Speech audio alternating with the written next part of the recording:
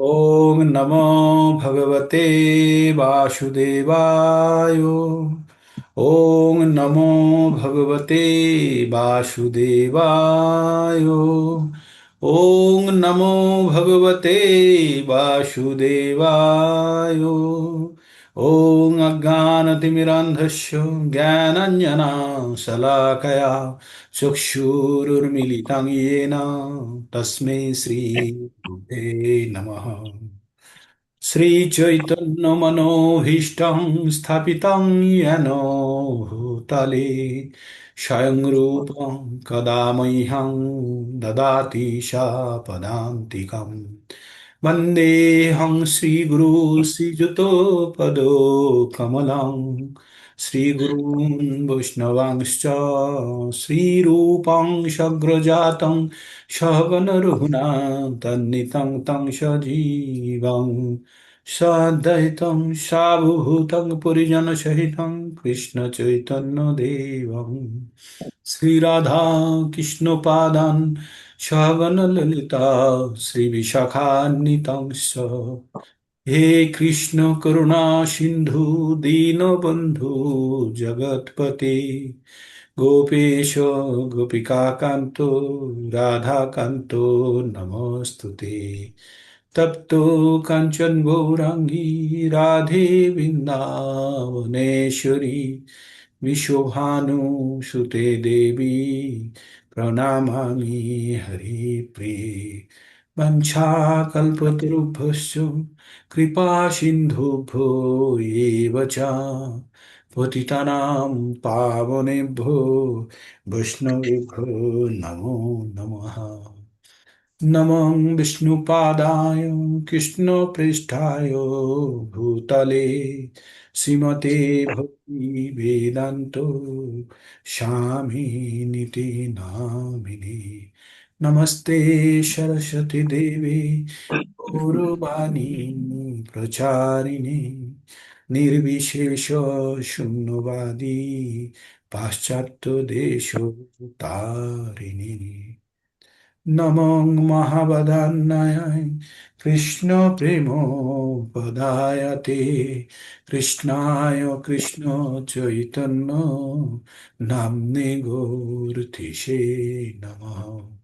जय श्री कृष्ण चैतन्य प्रभु नित्यानंद श्री अद्वैत गदाधर शिवासादि गौर भक्त गोविंद।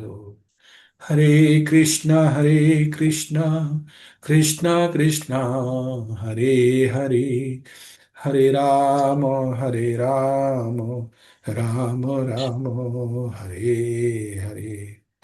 हरे कृष्णा। सभी भक्तबिंदों को मेरा सश्रद्ध प्रणाम।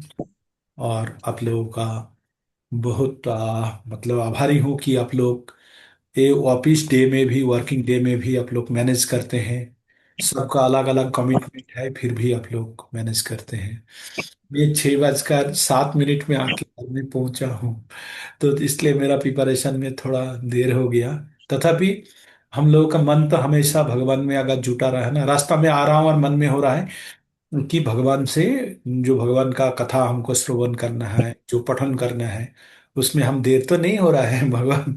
तो इस प्रकार मन के अंदर मतलब आप किसी भी काम करें, अगर भगवान का नाम स्मरण करते हुए आपके अंदर अगर उत्कंठा भी हो, वो भी आपको हेल्प करेगा, है ना। किसी भी अवस्था में भगवान का, भगवान बोलते हैं नाम नाम कारी बहुधा निज सर्वशक्ति तथार्पित नियमित स्मरणे न काल। भगवान का बहुत नाम है और इसके लिए कोई टाइमिंग नहीं है, कभी भी कैसे भी जहां भी हो आप भगवान का नाम स्मरण कर सकते हैं, भगवान का नाम ले सकते हैं।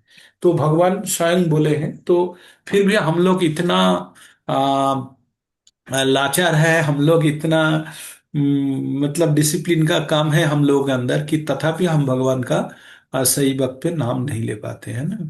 तो हम लोग कल हम लोग पठन किए थे, कल न परसों वाला क्लास में हम लोग पूरा सब लोगों को साथ में लेके चलने के लिए हम लोग 4 नंबर अध्याय का 9 नंबर श्लोका तक पठन किए थे। उसके पहले का पूरा हिस्ट्री लेकिन बताया हुआ है। जिन्होंने रिकॉर्डिंग सुना है तो उनको तो और उस दिन क्लास में भी जो सुने हैं एवं रिकॉर्डिंग भी जो सुने हैं उनको और थोड़ा शरण में आ जाएंगे। अगर नहीं सुने हैं तो एक बार सुन लीजिए, सुन लेते हैं तो पूरा 1 नंबर चैप्टर से एकदम पूरा थोड़ा थोड़ा करके लेके 4 नंबर तक हम पहुंचने का प्रयास कर रहे थे, है ना। तो हम इस प्रकार हम आगे चल रहे हैं। 1 मिनट, हरे कृष्णा।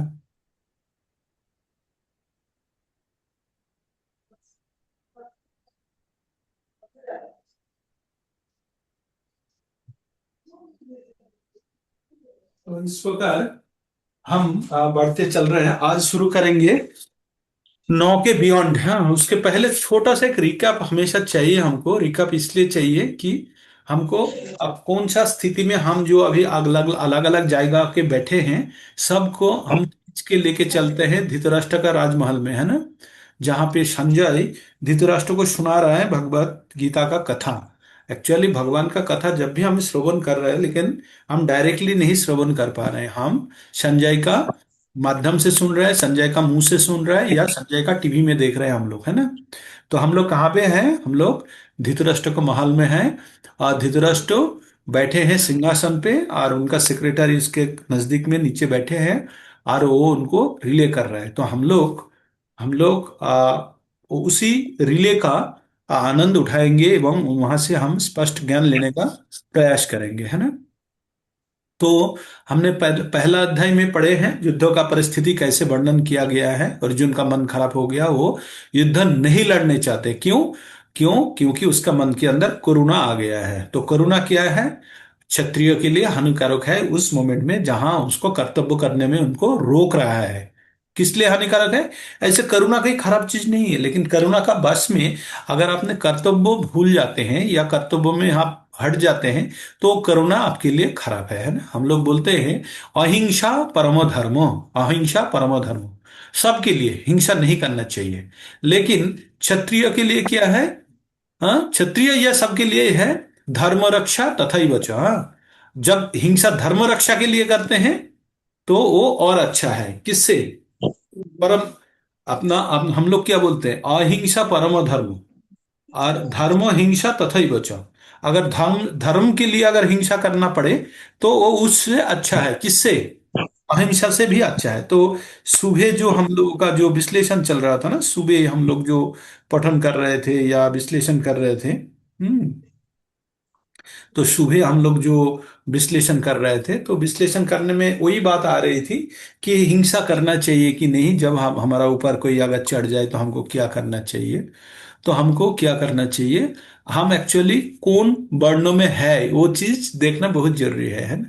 तो इसलिए अर्जुन का वर्ण का उसको वो है क्षत्रिय, लेकिन उनके अंदर गुण का प्रवेश हो गया था। जब ब्राह्मण का गुण उसके अंदर प्रवेश हो गया है, तब उन्होंने क्या किया? वो स्थिर नहीं कर पा रहे थे, उनका आत्मा परिचय वो भूल रहे थे, उसका अपना आइडेंटिटी भूल रहे थे। तो उसका आइडेंटिटी भगवान उनको शरण दिलाते हैं, अर्जुन तुम्हारा प्रकृत परिचय तुम आत्मा हो, तुम शरीर नहीं हो। और ये आत्मा जब शरीर में रहते हैं तो शरीर में विभिन्न प्रकार का परिवर्तन आता है, और आत्मा का कभी मृत्यु नहीं होता। जो भी मृत्यु होता है शरीर का होता है। हम लोग अनंत काल नहीं से समझ पा रहा हूँ। अरे वो क्वेश्चन आंसर है, वो क्वेश्चन है। हरे कृष्णा, हरे कृष्णा, कुछ बोल रहे हैं प्रभु जी? नहीं, वो अपने आपस में ही बात हो रही थी उनकी। अच्छा। तो जब अर्जुन अर्जुन को भगवान ने, मतलब अर्जुन, हम लोग प्रैक्टिकली हम लोग अनंत काल के लिए यात्रा कर रहे हैं। कौन? ये आत्मा और ये शरीर के अंदर बह के ये जो हमारा वर्तमान जीवन है, जो जैसे रवि नारायण त्रिपाठी प्रभु जी, साध्वी भक्ति देवीदासी माता जी, रीना माता जी, सिल्की रस्तोगी माता जी, नारायणी माधवी माता जी बहुत दिन के बाद आए, फतेहचंद प्रभु जी, ये सब क्या है? इस जीवन का वाहन है आप लोग का। हाँ, हम लोग जो बैठे हैं, हम लोगों का इसी वर्तमान जीवन का वाहन है। वाहन कौन है? जो वहन करके लेके जाता है, जो ढोके ले जाता है, उसको बोलते हैं वाहन, है ना। जो वह मतलब लेके जाता है, जो कैरी करता है, उसको वाहन बोलते हैं, व्हीकल। तो इस प्रकार हमारा ये वर्तमान शरीर मेरा आत्मा का इस 50 साल, 60 साल, 70 साल, 80 साल, 90 साल के लिए ये वाहन में हम बैठे हुए हैं और यहाँ से उतर नहीं पाएंगे जब तक हम गंतव्य स्थल में ना पहुंचे या हम लोगों का ये वाहन खराब ना हो जाए। अगर मान लीजिए आप इस वाहन से गंतव्य स्थल में पहुंच गए तो आप उतर जाएंगे, या गंतव्य स्थल में नहीं पहुंच पाते हैं तो ये वाहन त्याग करके पुनराय दोबारा आपको दूसरा वाहन लेना पड़ेगा। वो वाहन किस प्रकार होगा, वो वाहन निर्भर करेगा आपका इच्छा के ऊपर। ये वाहन जब त्याग करेंगे तब आपके अंदर कौन सा इच्छा है वर्तमान, उसी इच्छा के अनुसार अगला वाहन मिलेगा। और उसी और एक चीज है, वो इच्छा के साथ आपके पास क्रय क्षमता होना चाहिए। जैसे मेरे पास मान लीजिए एक मोटरसाइकिल है, ये मोटरसाइकिल को मैंने बेच के दूसरा गाड़ी खरीदने चाहता हूँ या मोटरसाइकिल खरीदने ही चाहता हूँ, तो ये पुराना हो गया, इसको चेंज करेंगे। तो मेरा दो चीज के ऊपर निर्भर कर रहा है किस प्रकार वाहन खरीदेंगे हम, वो मेरा इच्छा और मेरा लक्ष्मी कितना है, मेरा धन कितना है ना। तो हम लोगों का मनुष्य जीवन का जो धन है वो है कर्मफल, वो है कर्मफल। और जो शरीर प्राप्त करने का जो डायरेक्शन मिलता है कहाँ से, इच्छा से, हमारा अंतिम काल का इच्छा। इसलिए भगवत गीता 8 नंबर अध्याय का 8, 5, 8, 6, 8, 7 तीन श्लोका बहुत ही गुरुत्वपूर्ण है। आप लोग जो पेन पेंसिल रखते हैं आप लोग नोट करके रख सकते हैं या रिकॉर्डिंग सुनने के बाद नोट कर लीजिएगा। ये तीनों श्लोकों के द्वारा भगवान बोलते हैं जब एक शरीर से दूसरा शरीर में देहांतर होता है। देहांतर मतलब क्या होता है, देह अंतर, एक देह से दूसरा देह में ट्रांसफर होता है। किसका, आत्मा का, क्योंकि आत्मा तो मृत्यु नहीं होता।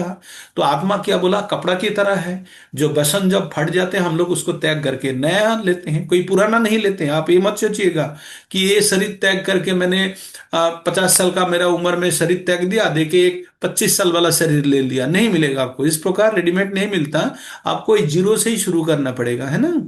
तो इस प्रकार हम लोगों को, तो इसलिए वो श्लोका में बताया गया 222 में, बसांसी जिन्नानी जथा विहायो नवानी गृह्णति नरो परानी। नवानी गृह्णति नरो परानी, नवानी गृह्णति किस प्रकार ग्रहण करते हैं, नवानी। तो वह हमको याद रखना होगा कि ये अगर हम लोगों का मृत्यु होता है, जब मृत्यु होगा ये शरीर का होगा, आत्मा इंटैक्ट रहेगा और ये आत्मा दूसरा शरीर धारण करेगा। तो इससे क्या होगा, इससे हम ये ज्ञान जब हम प्राप्त कर लेंगे तो हम सब मृत्यु भय हमको ज्यादा सता नहीं पाएगा। क्योंकि जो भक्ति के राह पे आगे चल चुके हैं या भगवत गीता का ज्ञान जो अर्जन कर चुके हैं, उनके लिए मृत्यु भय कोई बड़ी भय नहीं है। यद्यपि श्लोका में बताया गया इस प्रकार, नेहा भी क्रोमनाश अस्ति पत्ताबाय न विद्यते स्वल्पमपश्य धर्मस्य त्रयते महातो भयात। 2 का 40 में बोलता है, नेहा भी ने यह अभी अधिक्रम अस्ति, निहा नेहा यह अधिक्रम अस्ति पत्ताबायोतना पत्ताबायो न विद्यते। क्या, अधिक्रम नाश अस्ति मतलब आप हमने जो भी कुछ पा चुके हैं, मतलब मान लीजिए स्पिरिचुअल जर्नी में जो भी गेन कर चुके हैं उसका कोई शाई नहीं है, वो हमको अगला जीवन में वहीं से शुरू होगा।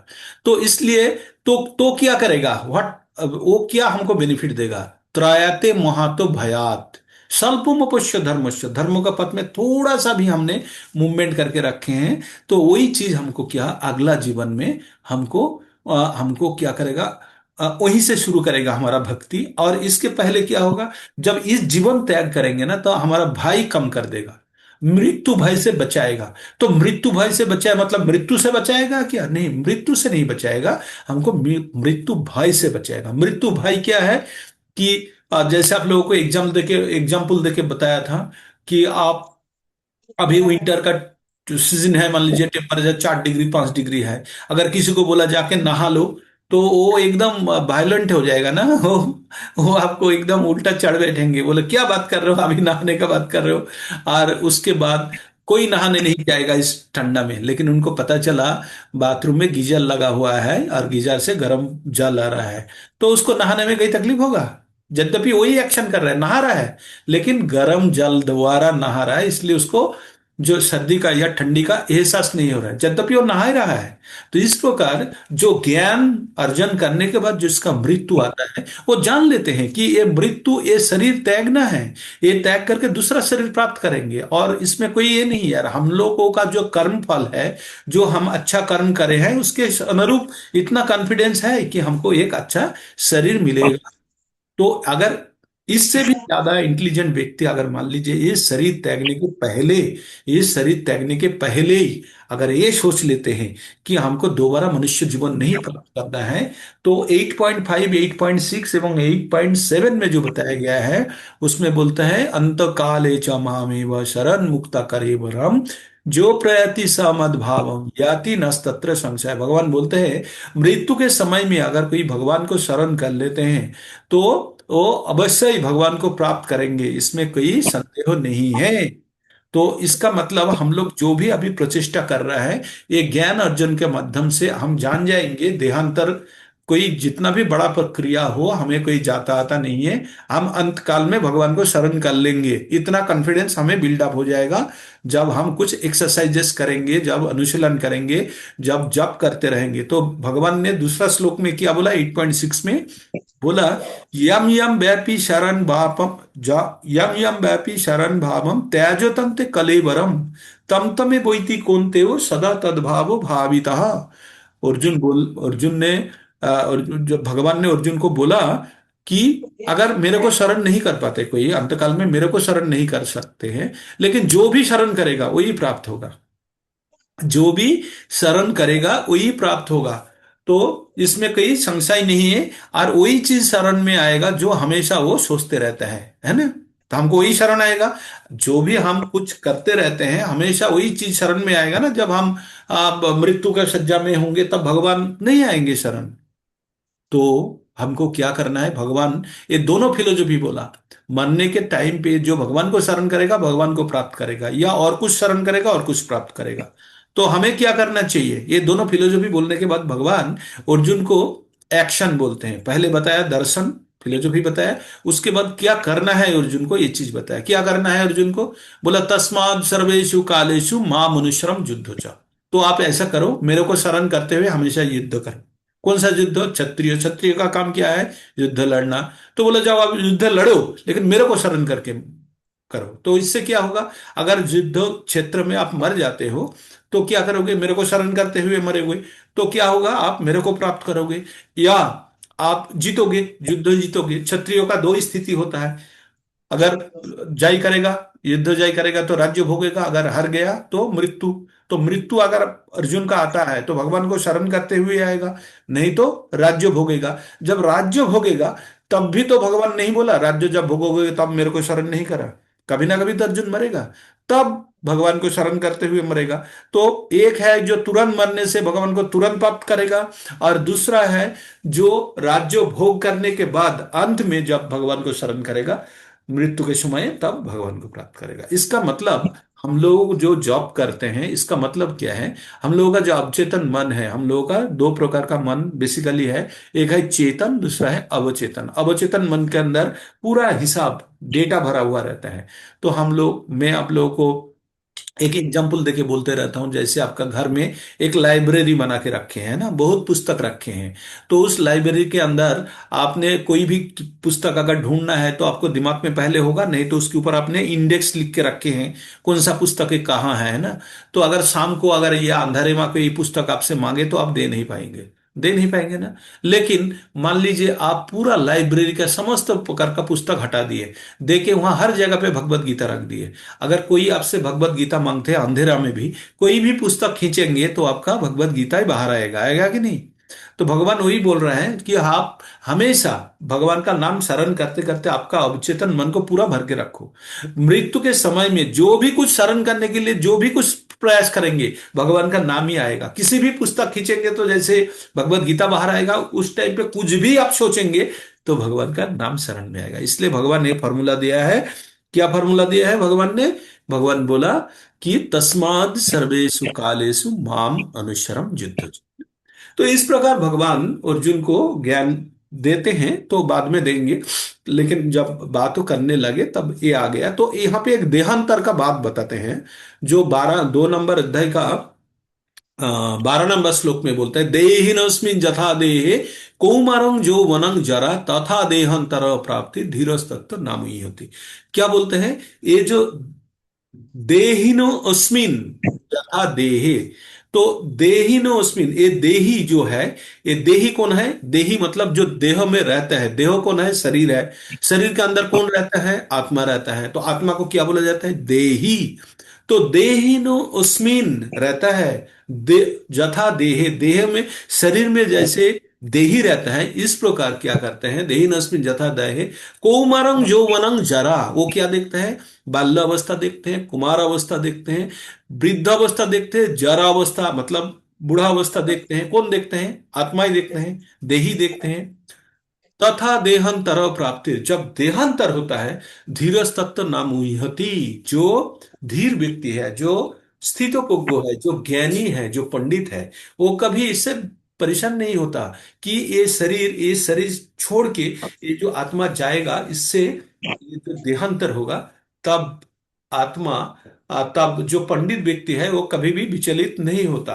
तो इस प्रकार अर्जुन को आत्मा के बारे में बताते हैं। जो आत्मा, हर व्यक्ति के जीवन, तो प्राणी के अंदर शरीर में आत्मा है, और वो आत्मा रहने के, और आत्मा मतलब चेतना, और उसी चेतना ही वो व्यक्ति को जिंदा रखा है।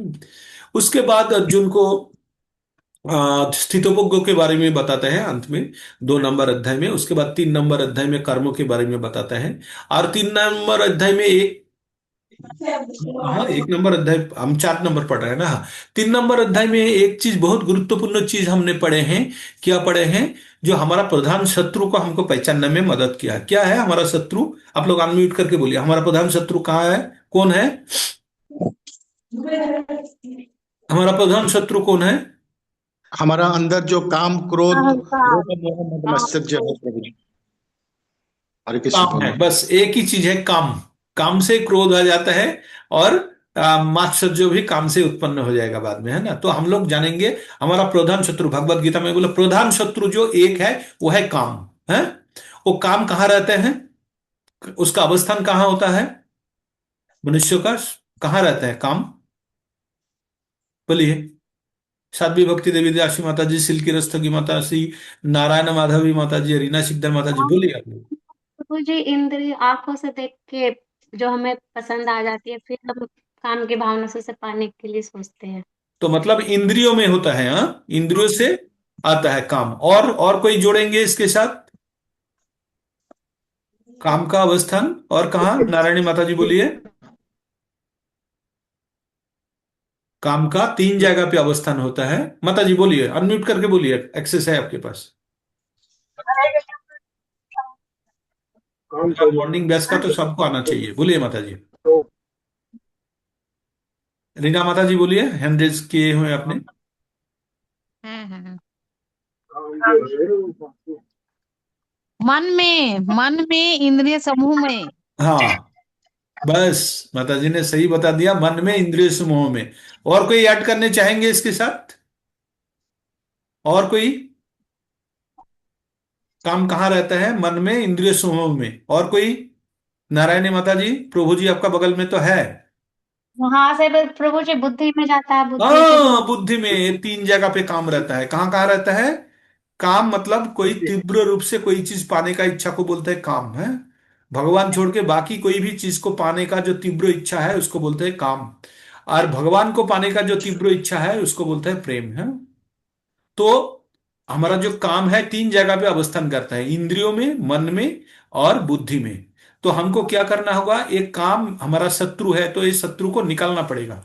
तो निकालने के लिए क्या करना पड़ेगा? इंद्रियों को संयम करना पड़ेगा, हाँ, मन को नियंत्रण करना पड़ेगा, और बुद्धि को मन से अलग करना होगा जब इस प्रकार का सिचुएशन आता है।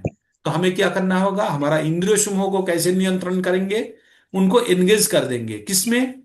मन इंद्रिय समूह को एंगेज कर देंगे।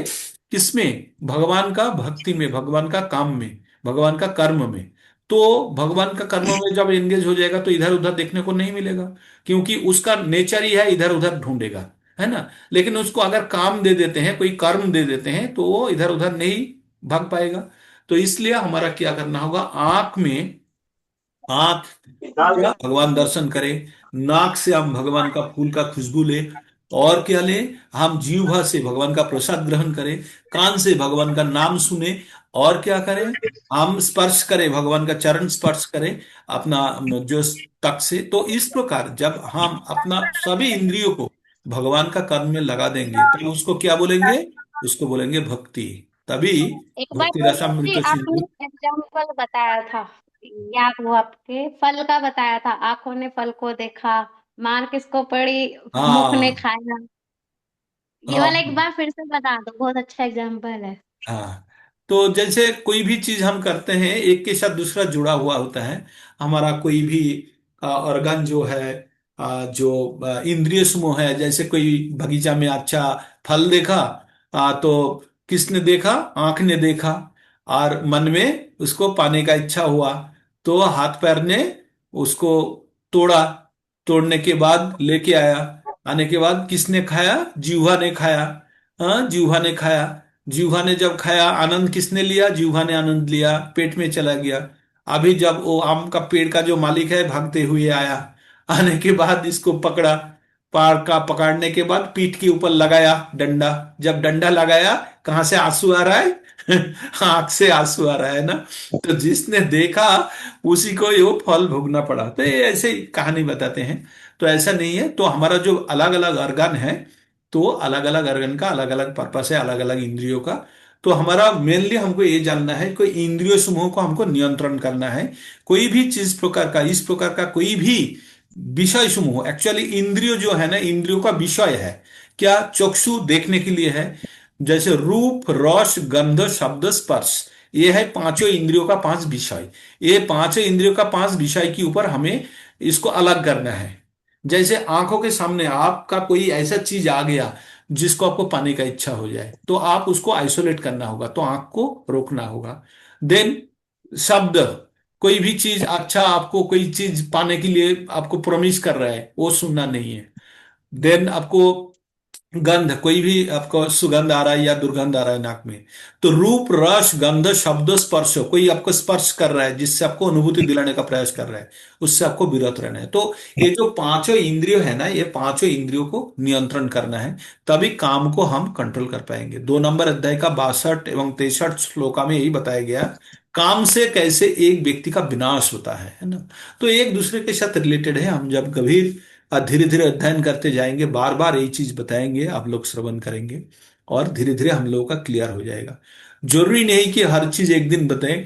मतलब कोई टॉपिक चलेगा और उसके बाद उस चीज के ऊपर डिस्कशन हो जाएगा। आप लोग एक बार भी मेरा अगर कोई रेगुलरली कोई क्लास अटेंड हम लोग करते हैं, तो आपको पता चल जाएगा मैं क्या हर दिन कुछ कुछ टॉपिक को लेके चलते हैं नॉर्मल श्लोका के साथ। तो इससे क्या होता है, हमारा बाकी एरिया को भी हम टच करके चलते हैं, है ना।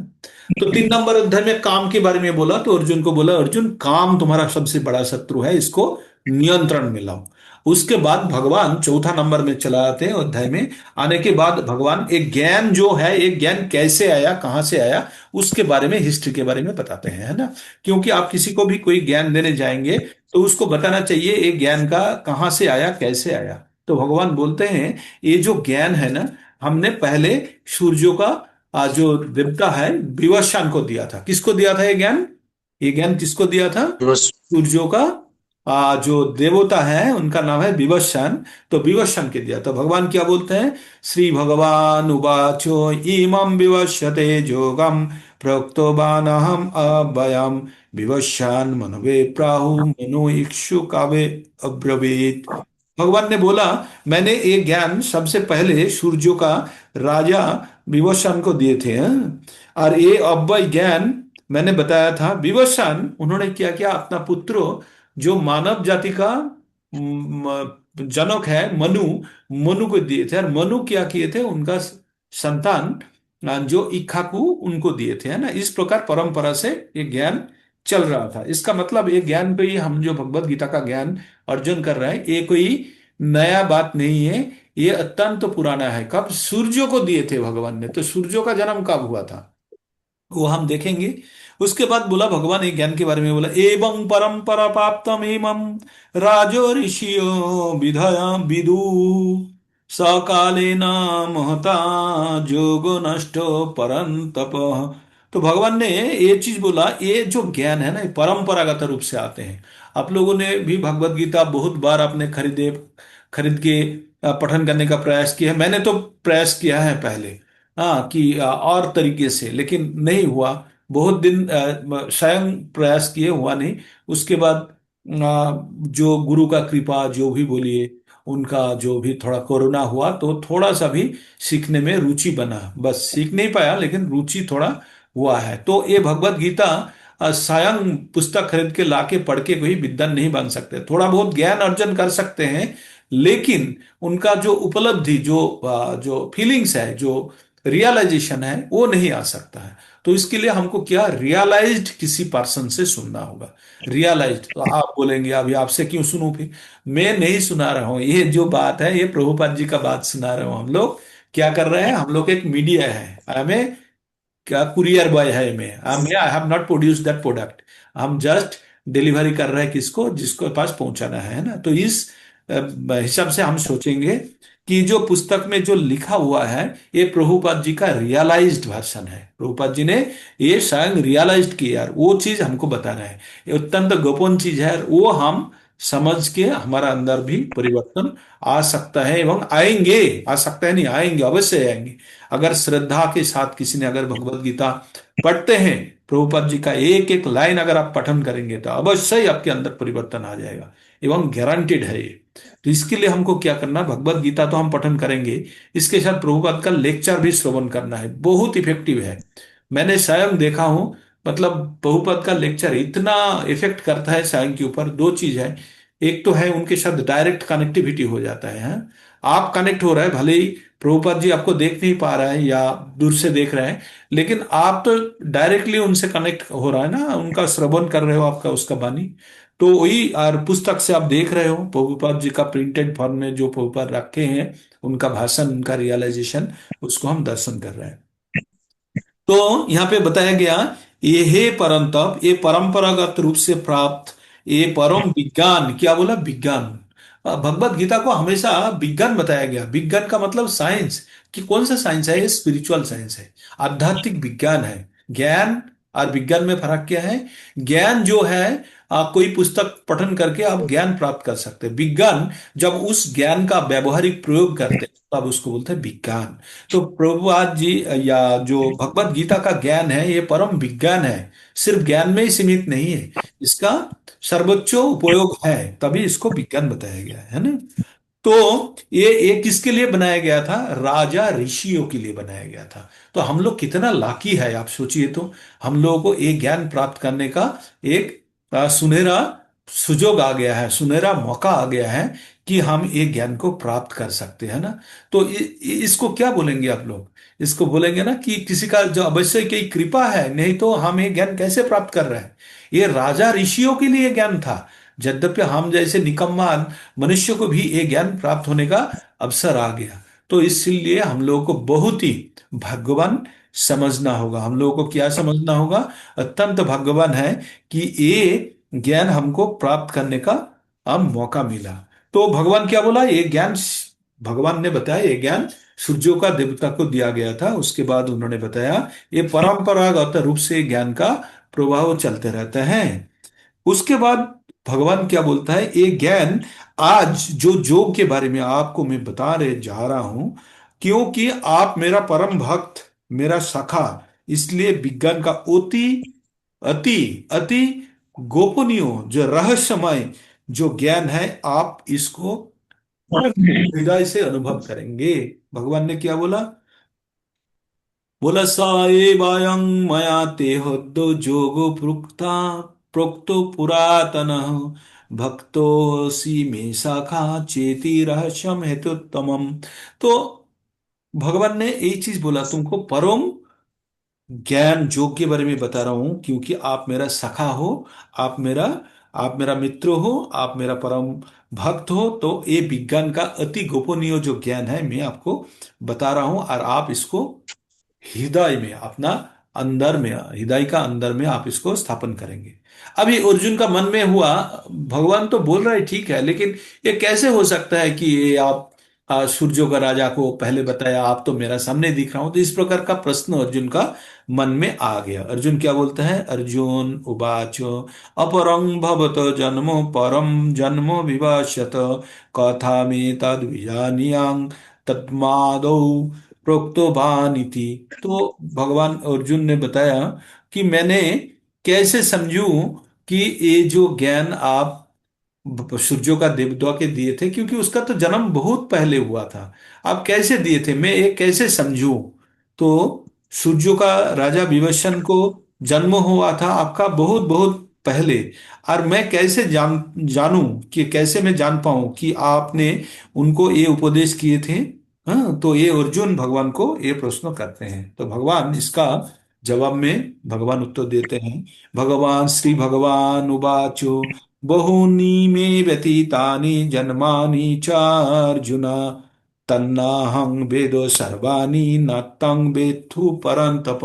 भगवान ने बोला, हे अर्जुन, तुम्हारा और मेरा बहुत बहुत जन्म जन्म हो चुका है, यद्यपि मेरा सभी जन्म का उत्तर या जो भी घटना है मेरा शरण में है, लेकिन आपको नहीं है। इसका मतलब भगवान क्या बोल रहा है, भगवान बोल रहा है सूरज का देवता को जो मैंने ज्ञान दिया था, मैं दिया था, उस टाइम पे भी मैं था, अभी भी मैं हूं, और हर बार जब जन्म लेता हूं हर चीज मेरा शरण में रहता है। हम्म। अभी भगवान बोलते हैं मैं कैसे जन्म लेता हूं, कैसे आता हूं, तो भगवान बोलता है मेरा तो अजन्मा हूं, मेरा तो जन्म नहीं होता, तथापि मैं किस प्रकार प्रकाशित होता हूं वो चीज भगवान बताते हैं। अजोपि सन्नव्य आत्मा भूतान भूतानामीश्वर भीषण प्रकृतिं सामधिष्ठाय संभवामो आत्म माया। भगवान बोला, जब मैं जबकि जन्म रहित हूं, मेरा कोई जन्म नहीं होता, फिर भी मेरा ये जो चिन्मय अव्यय शरीर जो है, मैं सर्वभूतों का ईश्वर हूं, फिर भी मेरा अंतरंग शक्ति को मैं आश्रय करके मैं चिन्मय रूप में हर बार युग युग में अवतीर्ण होता हूं। अवतीर्ण होता हूं मतलब ऊपर से उतरते हैं। क्या कैसे अपना जो चिन्मय, अपना जो अव्यय शक्ति है, अपना अंतरंगा शक्ति है, भगवान का अंतरंगा शक्ति कौन है, अल्लादीनी शक्ति है, देन अल्लादीनी शक्ति है, संबित और संधिनी। तीन प्रकार का शक्ति हमने पठन किए हैं भागवतम में। तो इसी शक्ति को बल करके उसके ऊपर भरोसा करके या उसी को आश्रय करके मैंने बार बार जन्म लेता हूं। और मैं जब जन्म लेता हूं तो किसी पिता माता का गर्भ से नहीं आता, जो बाद में विस्तारित रूप से प्रभुपाद जी ने बताया। तो एज इट इज हमने डिस्कस किया है, ये पुनरा हम लोग जो बात कर रहे हैं ये जस्ट रिपीट कर रहे हैं, इसलिए मैंने ऊपर ऊपर बोल के जा रहा हूं। तो भगवान बोलते हैं कब आते हैं, बोलता है वो फेमस श्लोक दो आ जाता है। जदा जदा ही धर्मस्य ग्लानिर्भवति भारत अभ्युत्थानं अधर्मस्य तदात्मानं सृजन्नाहम्। सृजन्नाहम् मतलब मैं सृष्टि होता हूं। हाँ? तो बोले जब देश में क्या होता है, धर्मस्य धर्मों में ग्लानि आ जाता है, धर्म कुलुषित हो जाता है, तब क्या होता है, अभ्युत्थानं अधर्मस्य, अधर्म का जब अभ्युत्थान होता है तब मैं आत्म शक्ति द्वारा मैं प्रकाशित होता हूं।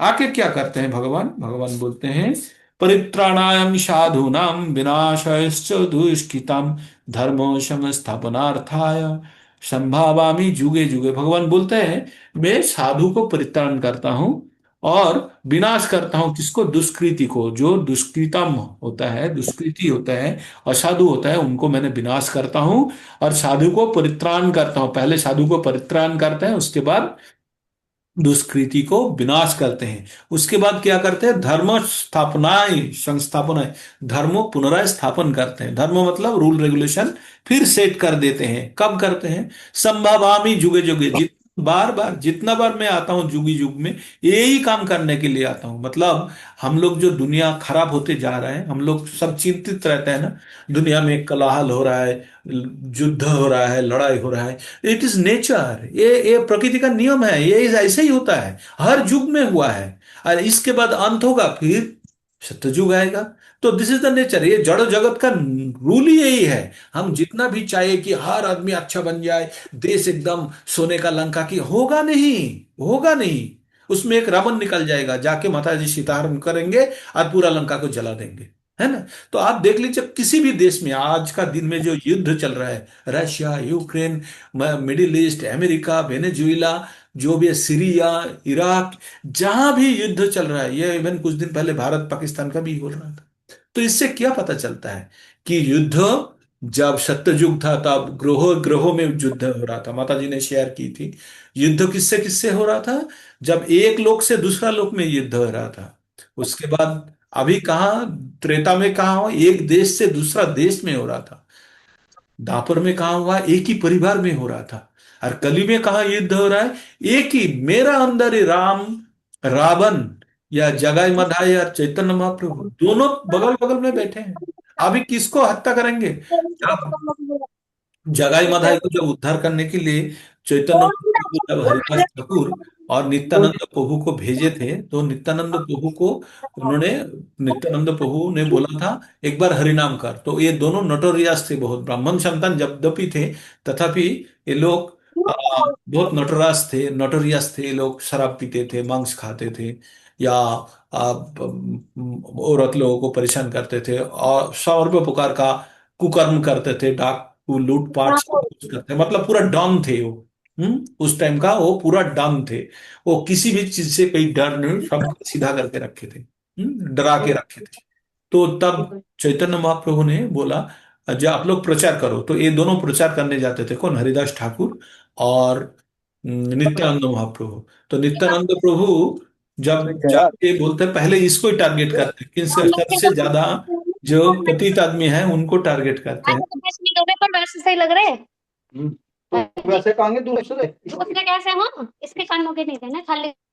तो जब नित्यानंद प्रभु जब इसको जगाई माधाई को जब बोलते हैं आप लोग हरिनाम लो, तो उनके पास मटका था, हाँ, मटका। बोलता है तू फिर आया तो हरिनाम लेने के लिए? उसके पास मटका था। मटका मतलब जो जिसमें दारू लेके चलते थे वो लोग, मटका में, मिट्टी का जो मटका है, उससे मारा उनको। मार के उनको पूरा यहाँ सर पे कट गया। किसका?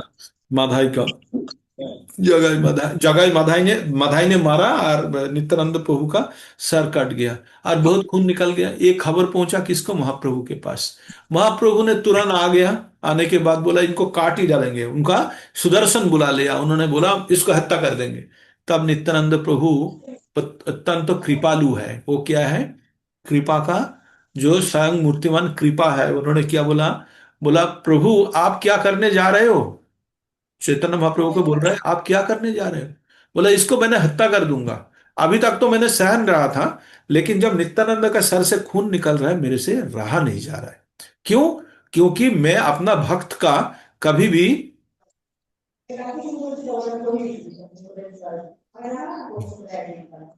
ठीक है माता जी जाइए। तो उन्होंने बोला मैं तो, आप मेरा ऊपर अगर कोई हाथ उठाते तो मैं तो सह लूंगा, लेकिन मेरा भक्त का कुछ हो जाए तो मैं इतना तो सह नहीं पाऊंगा, है ना। तो नित्यानंद प्रभु ने तब क्या बोला? तब बोला जे मैं तो स्वयं मेरा ऊपर जो अत्याचार होगा मैं तो सह लूंगा, लेकिन लेकिन लेकिन मेरा भक्त को अगर किसी ने हानि पहुंचाया तो मैंने उनको छोड़ूंगा नहीं। तब चैतन्य महाप्रभु को नित्यानंद प्रभु बोलते हैं आप तो किस लिए आए कलयुग में? कितना को हत्या करेंगे? सबके अंदर जगाई माधाई बैठा हुआ है, जय विजय बैठा हुआ है, रावण बैठा हुआ है, सबके अंदर। तो प्रत्येक मनुष्य को आप हत्या करना पड़ेगा, तभी ना आपको सुधार कर पाएंगे। आप तो आते हैं युग युग में धर्म का स्थापन करने के लिए, और आप क्या करते हो? धर्म का स्थापना करते हैं, और आप जो अधर्मी है जो उनको विनाश करते हो, जो असाधु है उसको विनाश करते हैं। तो आप कितना को हत्या करोगे? सबके अंदर जगह मदय भरा हुआ है, तो आप इस प्रकार नहीं कर सकते। आपने तो बोले थे ना अस्त्र नहीं उठाएंगे, आप तो प्रेम बांटेंगे। तो भगवान तब प्रेम बांटने के लिए क्या करते हैं? भगवान भगवान बोलते ठीक है, तो माधाई को क्षमा कर देते। बोलते हैं मैं क्षमा तभी करूंगा अगर नित्यानंद क्षमा करता है। तो नित्यानंद प्रभु उनको क्षमा कर देते हैं, फिर वो दोनों बहुत अच्छा भक्त बन जाते हैं भगवान का, है ना। तो ये जय विजय नित्यानंद प्रभु महाप्रभु का ये जो लीला है, ये सबको यही बताता है कि जो हम लोग का अंदर जो कलुष है, उस कलुष भगवान के साथ, अगर भगवान के पास अगर हम सरेंडर करते हैं, युक्त होने का प्रयास करते हैं, तो हमारा अंदर हृदय का कलुष है वो संपूर्ण नष्ट हो जाएगा। तो हमारा जो जड़ जगतिक जो काम भोगने का जो इच्छा है, जो काम हमारा परम शत्रु है, वो धीरे धीरे ऐसे ही हमारा इंद्रियों मन एवं बुद्धि से हट जाएंगे, जिसको लेके बात कर रहा था। तो हमने भगवान किस लिए आ रहा है, परित्राणाय साधुनाम विनाशाय दुष्कृतम धर्म संस्थापनार्थाय संभवामि जुगे जुगे, है ना। उसके बाद हम लोग 9 नंबर श्लोका भी पढ़े थे, उसमें क्या बोला था, जन्म कर्म च मे दिव्यम एवं जो वेत्ति ततः तक्ता देहो पुनर्जन्म तक्ता देहं पुनर्जन्म नैति मामेति सह अर्जुन। हे अर्जुन, मेरा जन्म एवं कर्म, भगवान क्या दे रहा है 4 नंबर अध्याय में, ज्ञान दे रहा है। ये अध्याय का नाम क्या है, ज्ञान योग है। तो भगवान के बारे में बता रहा है, अर्जुन को बता रहा है मेरे बारे में, जिसने ज्ञान अर्जन कर लिया। जन्मो कर्म च में दिव्यम, मेरा जन्म एवं कर्म अत्यंत दिव्य है, च में दिव्यम। जो व्यक्ति एवं जो व्यक्ति, जो व्यक्ति मतलब जान लेना, व्यक्ति तत्ततः, इसको तत्वगत रूप से जिसने जान लिया। तक्ता देहम, ये देह त्यागने के बाद पुनर्जन्म, दोबारा जन्म, नोइति होना नहीं है, मां मेति अर्जुन, वो मेरा पास आएगा। तो भगवान क्या बोल रहा है, जिन्होंने मेरा जन्म एवं कर्म के बारे में जान लिया, वो मृत्यु के बाद और दोबारा जन्म नहीं लेता है। वो क्या करता है, वो मेरा पास आ जाता है ना।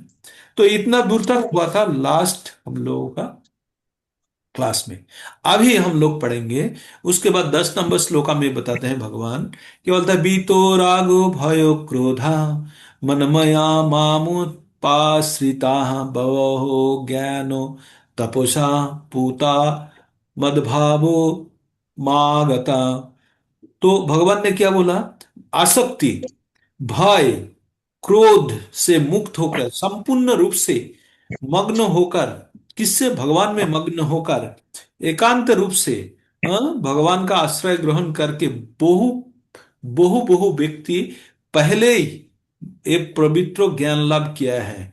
इस प्रकार आप भी ये ज्ञान लाभ कर सकते हैं और मेरा अपराकित प्रेम लाभ कर सकते हैं। इसका मतलब बोला, जे ये जो ज्ञान अर्जन करना है, किस किस कंडीशन में, आसक्ति, किसका, जड़ जागतिक आसक्ति से स्वयं को हटा के, भाई, मन में कहीं भाई नहीं होना चाहिए, क्रोध, क्रोध आसक्ति भय से मुक्त होकर, संपूर्ण रूप से भगवान में मग्न होकर, अगर भगवान का एकांत रूप से आश्रय ग्रहण करके, बहु बहु व्यक्ति इसके पहले ये ज्ञान एवं भगवान का प्रेम प्राप्त किए हैं। तो अर्जुन आप भी पा सकते हो।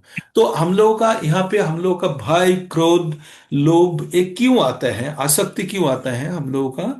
भय किस चीज का भय, जिसका कुछ नहीं है उसका नहीं होने का भय है, और जिसका है उसको खोने का भय है ना। अच्छा, अगर भय और हमारा कुछ इंद्रिय तृप्ति के लिए हमको कुछ पाने का इच्छा है काम से, लोभ होता है। लोभ क्या करता है, थोड़ा पाया, हमने थोड़ा सा पाया तो और पाने का इच्छा होगा, उसको बोलते हैं लोभ। अगर लोभ अगर नहीं मिटता है तो क्या होता है, क्रोध आ जाता है हम लोगों का। तो हमको वही चीज बोल रहा है, तो हमको काम को अगर कंट्रोल कर देंगे तो हमारा क्रोध एवं लोभ दोनों कंट्रोल हो जाएगा।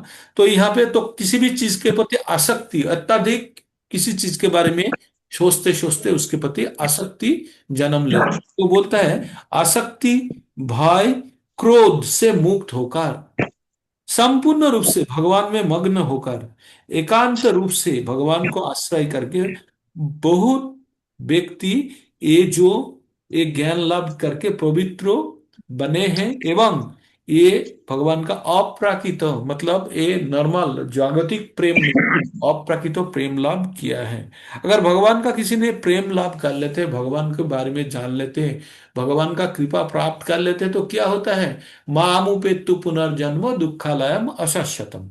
भगवान को किसी ने प्राप्त कर लिया तो उसका दोबारा जन्म नहीं होता है, ये अशाश्वतम, ये जो जड़ जगत है यहाँ पे, उसका दोबारा जन्म नहीं होता। उसके बाद भगवान को बहुत बड़ी बात बताया है 11 नंबर श्लोका में। ये श्लोक आप लोगों को थोड़ा सा स्मरण करके रखना पड़ेगा हमेशा के लिए, ये बहुत ही इंपॉर्टेंट श्लोका है। भगवान क्या बोल रहा है, भगवान के साथ हमारा जो संपर्क होगा किस प्रकार होगा, वन वे ट्रैफिक, एक या रेडियो की तरह होगा, जो वहां से ट्रांसमिशन दे रहा है, बाकी सुन रहा है, सुना नहीं सुना नहीं सुना, कहीं फर्क नहीं पड़ता, नहीं।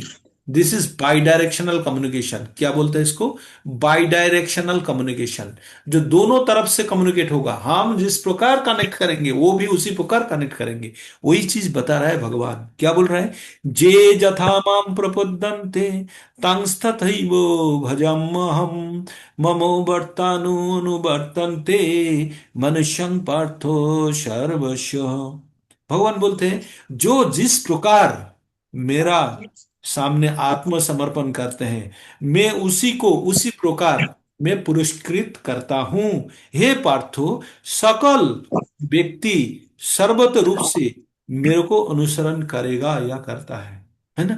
तो ये चीज हमको क्या पता चला कि हम जितना भगवान को चाहेंगे, भगवान भगवान भी उतना ही हमको चाहेंगे।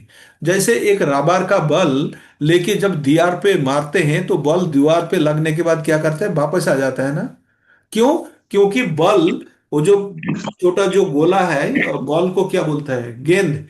गेंद जब दीवार पे मारते हैं, जाके क्या करते हैं? दीवार में लगने के बाद दीवार भी उतना ही फोर्स से उसको वापस करते हैं, तभी गेंद आपके पास वापस आता है। लेकिन वो दीवार के बदले वहां पे एक कपड़ा अगर टंगा हुआ होता तो वो बल से आपको, वो फोर्स से उसको वापस नहीं कर पाता ना, तो वहीं रह जाता। तो इसलिए हम जब कोई गेंद को दीवार पे मारते हैं, दीवार भी उसी फोर्स में वो गेंद को वापस कर देते हैं। तो इसका मतलब ये बोलने चाह रहा है, हम लोग भगवान को जिस प्रकार हम चाहेंगे, भगवान भी हमको उसी प्रकार ही भगवान हमको रिस्पॉन्ड करेंगे। इसका मतलब हम लोगों का भगवान प्राप्ति किसके ऊपर निर्भर कर रहा है? संपूर्ण रूप से मेरा ऊपर। अगर कोई बोलता है मेरे को भक्ति नहीं करने देता है, मैं भक्ति नहीं कर पाता हूं, ये इसमें बिजी हूं, वो कोई एक्सक्यूज नहीं चलेगा वहां पे। हम कितना भगवान के लिए तड़पा रहा है, हम कितना परेशान हो रहा है, हम भगवान के साथ जुड़ने का कितना प्रयास कर रहा है, वो भगवान देख रहा है। क्योंकि वो परमात्मा रूप में वो हमारा शुरू हृदय है, हृदय में बैठे हुए हैं, वो देख रहे हैं हमारा एफर्ट। तो हम अगर जितना भी बहाना मारे कि जो ये इसके लिए नहीं कर पाया, उसके लिए नहीं कर पा रहा, यद्यपि मैंने पूरा रील देख रहा, यूट्यूब देख रहा है, जपने का टाइम नहीं है, तो भगवान वो भी देख रहा है जब मैं रील देखने में कितना इंटरेस्ट हूं, और भगवान का जप करते वक्त हम क्या सोच रहे हैं। सब कुछ, एवरीथिंग भगवान क्या बोलता है? उपदेष्टा अनुमंत चा भुक्ता भर्ता महेश्वर परमात्ताति चापुक्तो देहि अस्मिन मधुसूदन। हाँ, पुरुष पर देह अस्मिन पुरुष। तो भगवान बोलता है हाँ, मैं अनुपंता, मैं उपदेष्टा, मैं ही भोक्ता, मैं ही भर्ता, और मैं अपना शरीर में बैठा हूं, बैठ के मैं परमिशन देता हूं। आप जो भी परमिशन मांगोगे दे दूंगा, लेकिन मेरा पास अथॉरिटी है, लेकिन मैं रोकूंगा नहीं। तो रोकूंगा तो क्या बोलोगे आप? कि मेरे को भगवान ने नहीं करने देता है। लेकिन भगवान का अगर आप भक्त हो जाते हो, भगवान का सखा हो जाते हो, तो आपको वो गाइड करेगा, वो गाइड करेगा, वो हमको कोई गलत काम नहीं करने देंगे। इसलिए हम जब कोई भी अच्छा आदमी अगर कोई गलत काम करने भी जा रहा है ना, हर बार बाधा प्राप्त होता है, कुछ ना कुछ बाधा उसको एक काम करने में विरोध करते हैं, रोक देते हैं। फिर भी हम अगर जिद करते हैं तो भगवान परमिशन दे देते हैं। लेकिन बाद में पता चला ये काम, हम बोलते हैं ना, ये जितना बार करने जा रहा था यार हो नहीं रहा था, इसका मतलब है भगवान मेरे को रोक रहा था। हाँ? अगर ये चीज हम बाद में देखे हैं ना, बहुत बार देखे हैं, तो ये कौन है? हमारा अंदर हृदय में जो परमात्मा रूप में भगवान बैठे हुए हैं, उन्होंने ही हमको ये काम करने से रोक रहा है ना?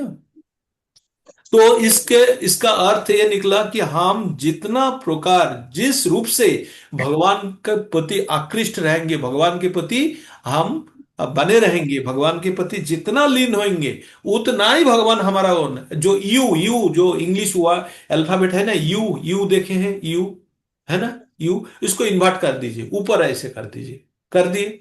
अभी बीच में से काट दीजिए तो दोनों टेढ़ा, आधा आधा टेढ़ा मिलेगा, मिला ना? तो आप वो कितना, कब हाफ सर्कल सेमी सर्कल कब बनेगा? जब दोनों बराबर में मिलेगा तब ना। तो बोलते हैं, भगवान बोलते हैं आप जितना टेढ़ा होंगे मैं भी उतना ही टेढ़ा होऊंगा, आप सीधा रहोगे मैं सीधा ही रहूंगा।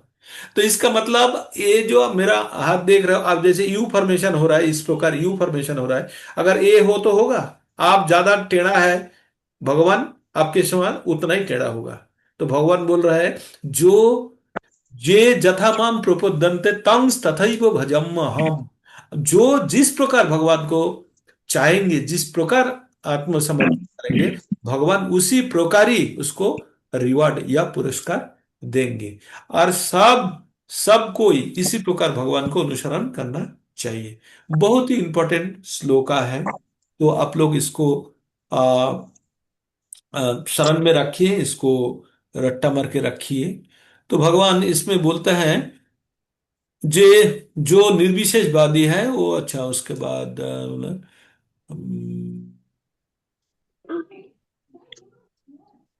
और जो क्या बोलते हैं, जो किसी का मन में अगर कोई जड़ जागतिक इच्छा अगर उत्पन्न होता है, तो भगवान वो इच्छा को भी पूर्ण करते हैं। बोलते हैं जो अगर हम लोगों का मन में अगर कोई भी इच्छा उत्पन्न हुआ है, वो इच्छा भगवान ही पूर्ण करते हैं। तो इसका मतलब तो ठीक ही तो है ना, इच्छा पूर्ण हुआ, भगवान का नाम किया, लेकिन इच्छा पूर्ण करने के लिए आपको दोबारा जन्म लेना पड़ेगा। और जन्म ले लिया तो क्या होगा? जन्म मृत्यु जरा व्याधि, आध्यात्मिक आदि भौतिक और आदि दैविक। तो इसका मतलब भगवान से जड़ जागतिक कुछ भी मांगे तो भगवान दे देंगे। और उसका जो एजेंट है, उनका जो डिपार्टमेंटल हेड है, उनके द्वारा भगवान देते हैं। आप जो जैसे मर्जी जिसका भी पूजा कर लो, भगवान कोई बुरा नहीं मानते, भगवान ही देते हैं। कामस्तस्त अपहृत ज्ञाना पापदंते अन्न देवता। और 7 नंबर अध्याय का 7 नंबर अध्याय में 19, 20, 20 नंबर श्लोका में बोलता है, जिसका काम को चरितार्थ करने के लिए हम जब अन्न देवता का पूजा करते हैं, तो भगवान ही उसको दान करते हैं, भगवान ही देते हैं, लेकिन दूसरा ढंग से। तो इसलिए भगवान एक जगह पे बोलते हैं, जो भगवान बोलते हैं, जे भगवान को सब जिसको भी जो भी चाहते हैं, भगवान को ही चाहते हैं, लेकिन उसका तरीका गलत है। तो वो बेस श्लोका, बहुत सुंदर सा श्लोका है। वो है आपका 7 नंबर अध्याय में, 7 नंबर अध्याय में 9 में, 1 मिनट में देखिए उस श्लोका बोलता हूँ, बहुत सुंदर, आपको अच्छा लगेगा सुनने के लिए। तम तम नियमस्थ प्रकृति नियतस्या, जो जथामाम प्रपद्यन्ते तम तथैव भजामि हम। इसी प्रकार का श्लोका है, इसी प्रकार का है। भगवान बोलते हैं,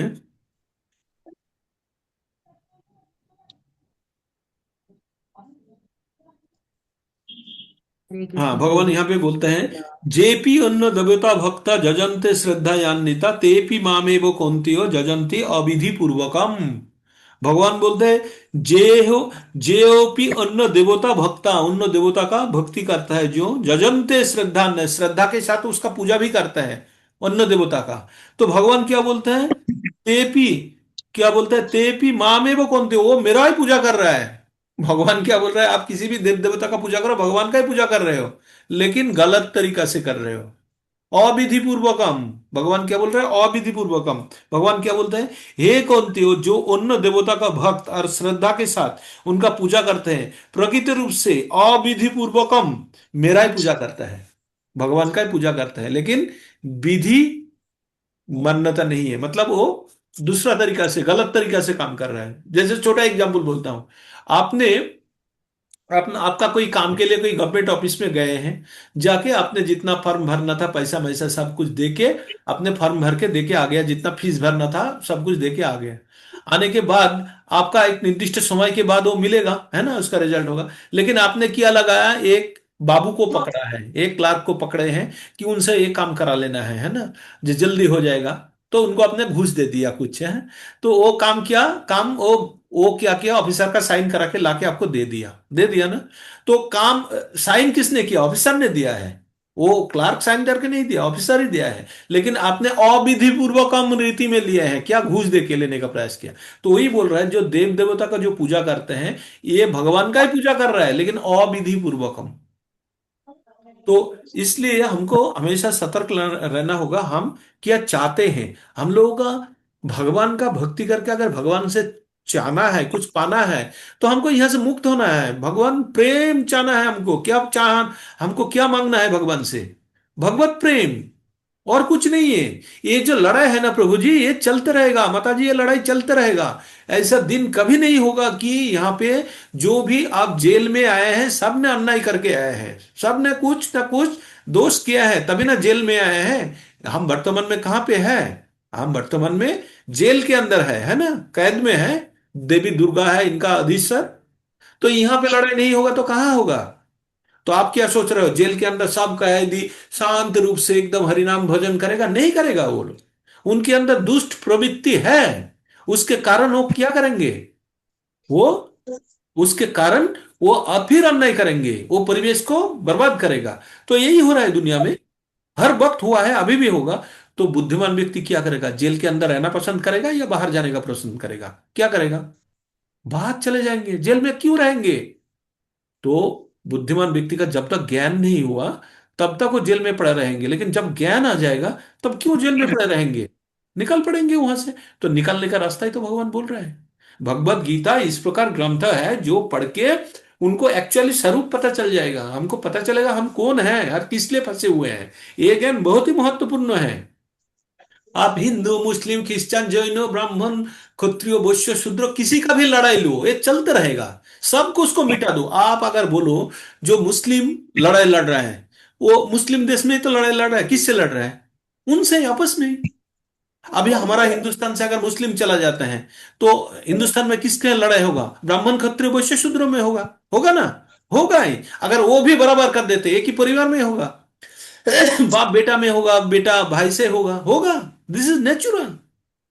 तो इससे हमको परेशान नहीं होना। हमको क्या करना है? हमको यहां से कैसे निकलना है उसको ढूंढना है। We can not have any kind of solution there by we can make this whole world peaceful. नहीं बना सकते हैं। This is a jail. सब दुष्ट आदमी भरा हुए हैं। All we people are criminals. हम सब दुष्ट आदमी हैं और हम यहां पे बैठे कोई अच्छा काम नहीं होने देंगे। नहीं होने देंगे। आप कितना भी पढ़ लो, आपका अंदर थोड़ा विचार आया है, लेकिन जो दूसरा जिसका कुछ खोने का नहीं है उसको क्या है? बोलेगे इनको मारो। आप क्या करेंगे? आप इतना पढ़ के पीएचडी करके डॉक्टरेट लेके इनको पढ़ाया, उनको पढ़ाएगा, आपको रास्ता में वो पंचर रिपेयर करने वाला मार रहा है, आप क्या करेंगे? आपको पुलिस को बुलाएंगे ना, बिकॉज आपका आदत नहीं है। होगा, ये पहले भी हो रहा था, अभी भी हो रहा है, बाद में भी होगा। This will be continued, we can not stop it. तो हमको क्या करना होगा? इसी समस्या में उलझा रहना होगा और we have to find out some other solution there by we can escape from this eternal cycle of life and death. हम यहां से निकल सके। तो हमको हमको वही ज्ञान प्राप्त करना है। भगवत गीता वही ज्ञान देता है हमको कि हम कैसे यहां से निकले। हम बुरी तरह से फंसे हुए हैं। और जब तक ये ज्ञान हमको प्राप्त नहीं होगा तब तक हम बार बार यही गलती करते रहेंगे। क्या? चर्बी तो चर्बनम, क्या करेंगे? च्युइंगम हमेशा चिबाते चबाते ही जाएंगे। चबाने के बाद बच्चे को भी देंगे, तू भी चबा, लेकिन उसमें चबाने के बाद कोई नहीं, कुछ नहीं आएगा। हम लोग जो ज्ञान अभी प्राप्त कर रहा है, ये जड़ जगत, ये है, वो है, मिथ्या है, सत्य है, जो भी ज्ञान हम बच्चों को नहीं सिखा पा रहे हैं। बच्चों को बोले तू अपना जीवन जी ले, ये बुढ़ापे के लिए काम है। तो हमें, हम जो ज्ञान अर्जन कर रहे हैं, ये ज्ञान हम जो मनुष्य होता है ना, जो एक पुरुष होता है, उसका पितृ ऋण होता है। क्या? हमारा पिता से हम जो बने हैं, ये जो बनने का कारण क्या है? पिताजी हमको इस दुनिया में लाए हैं, है ना? पिताजी इस दुनिया में लाए हैं, तो हमको भी पिताजी का ऋण कैसे शोध करेंगे, कैसे वापस करेंगे? हम भी एक संतान उत्पन्न करके, है ना? तो भगवत ज्ञान जब हम प्राप्त कर लेते हैं तो ये भगवत ज्ञान को कैसे हम, इस ज्ञान का जो उधारी है कैसे बराबर करेंगे? इस ज्ञान को दूसरे को ट्रांसफर करेंगे। ये ज्ञान दूसरे को ट्रांसफर करेंगे। तो ट्रांसफर करने के पहले क्या करना होगा? ये ज्ञान हमको प्राप्त करना होगा। कैसे? सही ढंग से। जब ये सही ढंग से ज्ञान हमें प्राप्त हो जाएगा तभी हम दूसरे को दे सकते हैं ना। तो हमारा उद्देश्य क्या है? हमारा उद्देश्य कोई सदगुरु के पास जाना है, जाके उनसे हमको ये ज्ञान को ग्रहण करना है। तो हमारा सदगुरु कौन है? प्रभुपाद जी है। उसका ज्ञान हम कैसे ग्रहण करेंगे? हमें, हम कहाँ कैसे ग्रहण करेंगे? उसका वाणी से या उसका पुस्तक से? तो हम वही कर रहे हैं। उसका वाणी से, उन पुस्तक के, उनका जो रियलाइजेशन है, उसका जो उपलब्धि है, उसका जो अनुभव है, वो जो व्यक्त करके गए, उसके द्वारा हमारा हृदय का शुद्धिकरण करेंगे। प्रभुपाद जी एक ब्राश है जिसमें पेंट लगा हुआ है, जस्ट हमारा ऊपर चलाना है तो हमारा ऑटोमेटिक जो कलुष है वो धुल जाएगा, है ना? तो हमें भगवत गीता का ज्ञान इसलिए हमें बहुत जरूरी है। तब तो वही भगवान बोल रहे हैं जो जिस प्रकार भगवान को चाहेंगे। एक्चुअली हम जब ये फैक्ट जान जाएंगे ना, हमारा ये करुण स्थिति क्यों है, why we are suffering here, the moment will come to know कि root cause of our suffering, हमारा जो दर्द का, कष्ट का कारण हम जब जान जाएंगे तभी ना उसको एड्रेस कर पाएंगे। हम तो अपना कष्ट का कारण ही नहीं जानते। That is the problem with us. हमारा घर में बिजली नहीं है, इसलिए नहीं, हम जानते ही नहीं है। क्या लाइन से बिजली नहीं है ना, स्विच ऑफ हो गया या बल्ब फट गया, है ना? बल्ब फ्यूज हो गया। ये पता चलना चाहिए the root cause of our pain. The root cause of our pain is availability in this material world. हम ये जो दुनिया में आए हैं, यही कारण है हम लोगों का दर्द होने का, कष्ट होने का। ये कष्ट आप किसी भी संविधान से नहीं कर सकते, किसी भी कोर्ट से नहीं कर सकते, कुछ भी नहीं कर सकते। इसका राहत होने का एक ही रास्ता है, we have to escape from this eternal cycle of life and death. यहां से निकलना है, तभी हम यहां से बच सकते हैं, नहीं तो नहीं हो। भगवान उसके बाद 12 श्लोक में बोल, हम थोड़ा ज्यादा ही इसमें आ जाते हैं, जोश में आ जाते हैं कभी कभी। भगवान केवल कांक्षां तु कर्मणां सिद्धिं जजन्त इह देवता क्षिप्रम ही मनुष्य लोके सिद्धिर्भवति कर्मजा। तो भगवान फिर क्या बोला, इस जगत का जो सकाम कर्म करके सिद्धि कामना करते हैं, वो विभिन्न देव देवता का पूजा करते हैं, और सकम कर्मों का फल अवश्य ही अति शीघ्र पा जाता है। हम उन्हें बोला, जो अब इसका बाबू को अगर आपने पैसा थमा देते हैं तो जल्दी आपका काम निकाल आएगा, लेकिन सैंक्शन कौन करेगा? अब इसका ऑफिसर ही करेंगे सैंक्शन, है ना। तो इस प्रकार अगर कोई जो सकाम कर्मी है, जो कोई फल चाहते हैं, अति द्रुत फल चाहते हैं, वो देव देवता का पूजा करते हैं। यद्यपि देव देवता का कर्मों का फल जो है अवश्य ही मिलता है, लेकिन कौन देते हैं? भगवान देते हैं। उसके बाद भगवान वो कालजयी श्लोका बताते हैं। कौन सा श्लोका? जिसको लेकर हमें अभी भी विवाद चल रहा है संसार में। चातुर्वर्णं मया सृष्टम गुना कर्म विभाग स तस्य कर्तारमपि माम विद्या अकर्तारम भयम। भगवान बोलते हैं प्रकृति का 3 गुण एवं उसके साथ संयुक्त जो कर्म है, उसके अनुसार मैंने इस समाज को 4 हिस्सा में बांटा हूं, और इस प्रथा का मैंने सृष्टि किया है। यद्यपि मैं अकर्ता एवं अव्यय, यही जान लो, मैं इसके द्वारा प्रभावित नहीं होता। तो भगवान ने 4 वर्ण किस लिए बनाया है, चतुर्वर्ण किस लिए बनाया है, किसके अनुसार बनाया है? बुद्धि एवं कर्मों के अनुसार। बुद्धि कहां से आ रहा है? प्रकृति का 3 गुण से आ रहा है। तो ये श्लोका के ऊपर लंबा विश्लेषण चाहिए। एक्चुअली ये बहुत डिबेटेबल श्लोका है, इसके ऊपर जबरदस्त विश्लेषण होता है। तो हमको ये जान लेना होगा, जो ये डिवीजन जो है वर्तमान में भी कॉर्पोरेट ऑफिस में है, एवरीवेयर इट इज देयर। आपका घर में भी अगर 4 बच्चा है तो अलग अलग मेरिट का है, तो पिता माता अलग अलग काम देते हैं ना। जो मेडिकल पढ़ने में जो इच्छा रखता है उसको थोड़ी इंजीनियरिंग में भर्ती करेगा, या जो आर्ट्स पढ़ने में इच्छा रखता है उसको कहाँ हम साइंस में भर्ती करेगा? नहीं कराएंगे। उसको जो अच्छा लगता है वहीं पे उनको स्थापन करेंगे। तो वही भगवान बोल रहा है, जिसका जो बुद्धि, जिस प्रकार गुण है, कर्म है, उसी प्रकार उसको अलग अलग जगह पे स्थापित किया है। इसमें ऊंचा नीचा छोटा बड़ा कोई नहीं है। जिसका बुद्धि ज्यादा है वो ब्राह्मण होगा, जिसका शरीर में ताकत है, मन में थोड़ा बुद्धि है वो। देखिए हमारा सोसाइटी में अगर 100 मनुष्य है ना, तो 8 से 10 आदमी होगा ब्राह्मण होगा, 8 से 10 ब्राह्मण होगा, इससे ज्यादा नहीं होगा। आपको 35 से 40 होगा आपका, 35 होगा आपका क्षत्रिय होगा, आपका 35 हो जाएगा आपका वैश्य होगा, और आपका जो जो 20% रह गया वो होगा आपका शूद्र होगा। ये नेचुरल भगवान का डिवीजन है ये। क्यों? कि ये जो 20 रह गया ये वो दोनों को हेल्प करेगा। और ब्राह्मण, उतना ज्यादा ब्राह्मण का जरूरत नहीं, कम ब्राह्मण का जरूरत है, जो बुद्धि देगा। वो तो स्वयं कुछ करेंगे नहीं, बुद्धि देंगे, इसलिए उसका संख्या कम है। अभी भी देखिए हमारा समाज में कितना, भारत में कितना है ब्राह्मण, मतलब सो कॉल्ड अगर जन्म से भी लेते हैं 8% 10% है। वही बुद्धि देते हैं, जितना हमारा समाज आज का चल रहा है उसी का बुद्धि से चल रहा है, जो सच्चाई है। इसमें अस्वीकार करने का कोई जाएगा नहीं। लेकिन क्या है, अभी ये परंपरागत में जब आ गया, तो जो यज्ञ नहीं है वो भी बैंक मैनेजर का बेटा बैंक मैनेजर बन रहा है, तभी प्रॉब्लम हो रहा है। अगर वो योग्यता लेके बैठे, देयर इज नो इशू, वो बैंक मैनेजर ही कहलाएगा, ना कि बैंक मैनेजर का बच्चा बताएगा। तो ये चीज हमारा सोसाइटी में है, तो इससे कहीं परेशान होना नहीं है। ये है जो जो जहां पे है वो इसी जगह से ही भगवान का पूजा अर्चना करे, भगवान का नाम ले, भगवत भक्ति में आ जाए, wherever whoever is there. तो इसके ऊपर और भी डिबेट करेंगे, कल भी क्लास करेंगे हम लोग। आज यहीं पे विराम लेंगे, है ना। तो आशा करता हूं आप लोग बहुत नाराज हो गए होंगे मेरे ऊपर, मैं थोड़ा कड़ा बात बोल दिया। कड़ा नहीं, मतलब सच्चाई। I actually this is my heartly feeling, I wanted to express my this one understanding, तो इसलिए मैंने ये बोला है। तो कोई बात नहीं, this is every time we have to hammer our self to make us understand कि जो एक्चुअली हमें क्या करना चाहिए?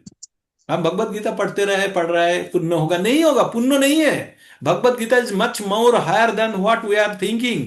और इसका ज्ञान, it will make us to escape from this eternal cycle of life and death. जन्म मृत्यु का चक्र से हमको मुक्त करेगा ये ज्ञान, और इसको हमको पकड़ के रखना है। तो हम लोग बहुत लाकी है कि हमको ये सुविधा मिला है ना। हरे कृष्णा कृष्णा कृष्णा हरे हरे, हरे राम राम राम हरे हरे।